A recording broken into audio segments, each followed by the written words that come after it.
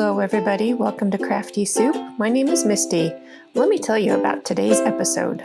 It is Freebie Friday today, where I show off the things that I have created for you to download for free from my blog. More info on that in the description box. And as we take a quick peek at all of these freebies, I wanted to say that I was inspired this month by the Valentine's Day holiday, but made it flexible enough to use all year long. And don't miss the fun fact on the color palette at the end of this video. Let's go ahead and dive into the printables. So new this year, I am creating some digital artwork that you can print and use in your crafting. This time around, I have some pattern paper. So I have this vertical orientation of these hand-drawn hearts. And there are two styles of hearts. There's a bit of a chalk sketchy heart and then a more solid hand-drawn heart. And I did create these in both vertical and here's the vertical orientation and in the horizontal orientation, so you can use it more flexibly in your crafting. I also have a sheet of embellishments that you can print and fussy cut out. And I try to make them as easy to fussy cut as possible. Now I know some of those scallop curves are going to take you a little while, but hopefully it's worth it. Here is a better look at that file. And I put those still photos up because my camera color is driving me mad right now because it's not cooperating. So the colors are not showing up as well in video as they are in person. So hopefully those still shots will give you a better sense of the color that these files actually are. And the still shots of the project at the end will help with that too. Now you can see that I have cut these out with my Cricut, and because these are PNG files, if you know how, you can cut them out as a print and cut with your Cricut Silhouette and some of the other machines. I do have a video on that. I will link you up to that if you would like to know more. But like these little tags and many of the little banner elements, they should be rather easy to cut by hand if you're going that route. And the circular elements will always be sized to 1 inch so that you can use a 1-inch circle punch to cut those out. Getting smooth even circles by hand is just a bit difficult. All right, with those covered, let's go ahead and move on to the cut files, which I have been doing for a while.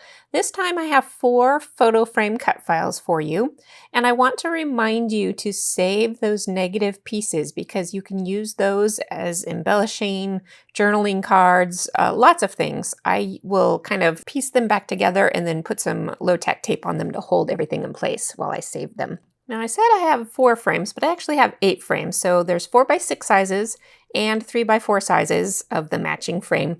And I did create them with the text that says XOXO in each corner because if you rotate the frame, the text won't read correctly. And so I purposefully did them in each corner so that they could read well, depending on which orientation you have your photo. So that is those sweet little photo frames. I hope you enjoy them. We'll take just a quick peek at this sketch before I tweak it a little bit and put it to use on a layout coming up next. So this won't be a full layout process, just kind of a highlights of all the things. I've got these photos from when my daughter joined me for a Crop and Create card making event. I did start the layout already with a base of white cardstock, a frame at 11 inches by 11 inches of blue cardstock to go along with the blue in my embellishments. I did take that pattern paper that I created and cut it to 2 inches wide to create a border strip. Now, all of these printables are on 8.5 by 11 paper, so you're not going to get a full 12-inch strip unless you piece things together. That is true of those borders and the embellishments, as well as creating a pattern paper border strip over here. Now, where those papers get pieced together, I'm going to cover it up with photos and elements so that you can't see that. And that is just one trick that I use when I'm printing my own papers at home. I am going to tuck some of those scallop frames off the edge of that main blue paper. And I'm going to put one of those sweet photo frames on top of my daughter's photo. I did mount that up on some foam tape. I am going to put an embellishment cluster next to that photo. You'll see me switch up the colors a little bit later, and there's a specific reason why I do that. But we'll get to that in a moment. Now, my sketch had one photo at the bottom and a title and journaling cluster at the top. I have more photos than that, so I am going to keep that large photo at the bottom, but I'm going to switch up my title with another photo cluster at the top, and I'm going to center my title instead, and then I will squeeze in journaling around that outside white border. I've put just a few elements on already. I've got a tag there. I have a couple of those journaling circle spots with just a couple words on there to highlight those photos. Here is where I change out that yellow heart for a purple heart. And I'm creating yellow mats for all of my photos because I wanted just a little bit more color to this layout. And it is a little brighter again in person than it is on the video because my camera and I have not been getting along. So I'm correcting the color as much as I can pre and post filming, and I'm doing my best here, but the still shots will have the best color visualization for you, so please do stick around for that.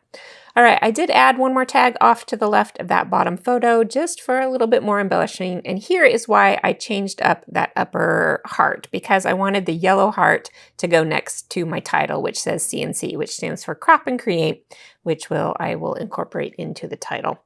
So that is how I handled my title and changed that yellow heart there so it would stand out more on that blue paper. A few enamel dots and I'm going to call it good.